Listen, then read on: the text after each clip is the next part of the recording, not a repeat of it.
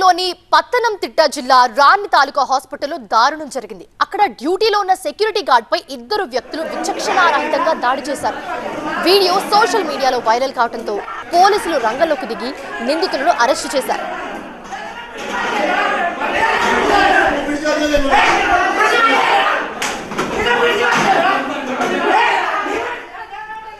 హాస్పిటల్లోని casualty వార్డులో లైన్లో నిలబడాలని సెక్యూరిటీ గార్డ్ అందరికీ చెప్పారు. కానీ ఆ ఇద్దరు వ్యక్తులు రూల్స్ పట్టించుకోకుండా గుంపుగా లోపలికి వెళ్లిపోయారు. దీన్ని సెక్యూరిటీ గార్డ్ అడ్డుకోవడంతో వాళ్లకు విపరీతమైన కోపం వచ్చింది. మాట పెరిగి ఆయన్ని దారుణంగా కొట్టారు. ఆ కొడుతున్న విజువల్స్ కూడా మనం స్క్రీన్ మీద చూస్తున్నాం. అడ్డుకోబోయిన హాస్పిటల్ పారిశుద్ధ్య కార్మికుడికి కూడా దీంట్లో గాయాలయ్యాయి.